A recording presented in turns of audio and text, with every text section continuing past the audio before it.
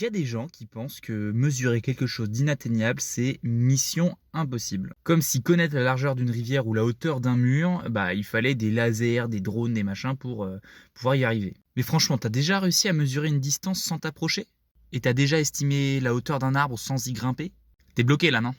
Et pourtant, avec juste un crayon et un cahier, même une feuille standard, tu peux y arriver. Et tu peux même te rapprocher très précisément de la valeur exacte. Et c'est pas pour rien que des ingénieurs et des architectes utilisent ce principe au quotidien dans leur mission. Après, c'est pas quelque chose que tu vas avoir besoin au quotidien, ça c'est clair. Par contre, si tu es dans une situation délicate, où tu es en randonnée, et que tu as besoin de mesurer la largeur d'une rivière un peu à vue de nez comme ça, et que tu as qu'un essai pour réussir, par exemple un tronc d'arbre au sol, c'est très utile. Et c'est même pas un truc réservé aux professionnels des maths, hein. Le problème, c'est que tu l'as appris au collège sans vraiment comprendre son potentiel. Et cet outil-là, c'est quelque chose qui peut vraiment changer ta façon de voir les choses au quotidien. Et ce qui te permet de mesurer l'inatteignable, c'est tout simplement le théorème de Thalès. Abonne-toi!